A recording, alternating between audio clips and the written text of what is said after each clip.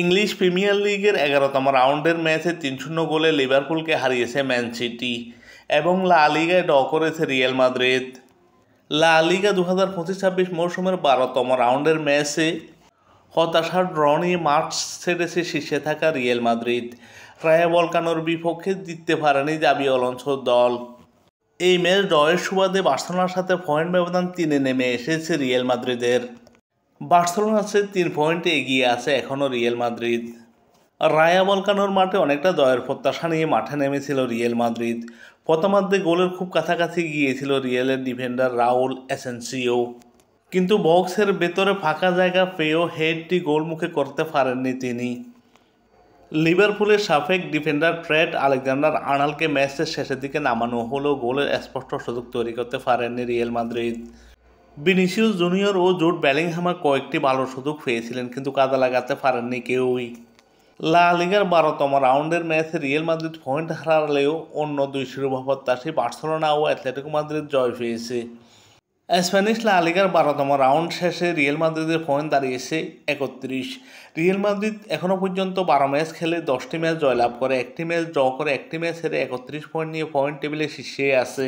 Barcelona এই মৌসুমে ১২ match খেলে 9টিতে জয়লাভ করে, 2টি ম্যাচ হেরে 1টি ম্যাচ ড্র করে 28 পয়েন্ট নিয়ে পয়েন্ট টেবিলের দ্বিতীয় স্থানে। রিয়াল মাদ্রিদ থেকে মাত্র 3 পয়েন্ট পিছিয়ে আসছে বার্সেলোনা।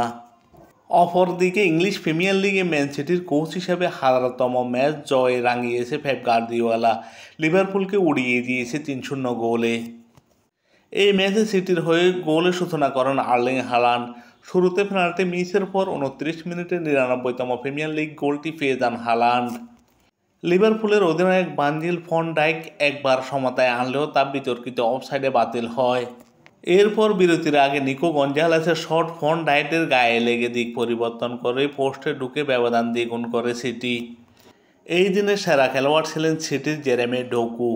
লিভারপুলের রাইট ব্যাক কনর ব্র্যাডলিকে এক প্রকার বাক্সবন্দি করে রাখেন তিনি এবং নিজের ১০০তম ম্যাচে দুর্দান্ত গোল করে বড় জয় নিশ্চিত করেন। এই ম্যাচ জয়ের সুবাদে ম্যানচেস্টার সিটি পয়েন্ট টেবিলে দ্বিতীয় স্থানে উঠে এসেছে। তাদের সংগ্রহ ১১ ম্যাচে ২২ পয়েন্ট। শীর্ষে থাকা আর্সেনালের ৪ পয়েন্ট পেছনে তারা। আর্নে স্লটের দল লিভারপুল, অস্টন ভিলা ও রিয়াল মাদ্রিদের বিপক্ষে টানা জয়ে ঘুরে দাঁড়ানোর ইঙ্গিত দিয়েছিল, কিন্তু এই হারে তারা শেষ ৬ লিগ ম্যাচের মধ্যে ৫টিতে হেরে গেল। পয়েন্ট টেবিলে শীর্ষে থাকা আর্সেনাল থেকে তারা পিছিয়ে পড়েছে ৮ পয়েন্টে। ইংলিশ প্রিমিয়ার লিগে পয়েন্ট টেবিলে শীর্ষে আর্সেনাল ১১ ম্যাচে ২৬ পয়েন্ট নিয়ে শীর্ষে আর্সেনাল, ১১ ম্যাচে ২২ পয়েন্ট নিয়ে পয়েন্ট টেবিলের দ্বিতীয় স্থানে ম্যান সিটি, ১১ ম্যাচে ২০ পয়েন্ট নিয়ে পয়েন্ট টেবিলের তৃতীয় স্থানে চেলসি, ১১ ম্যাচে ১৯ পয়েন্ট নিয়ে পয়েন্ট টেবিলের চতুর্থ স্থানে সান্ডারল্যান্ড, ১১ ম্যাচে ১৮ পয়েন্ট নিয়ে অষ্টম স্থানে লিভারপুল।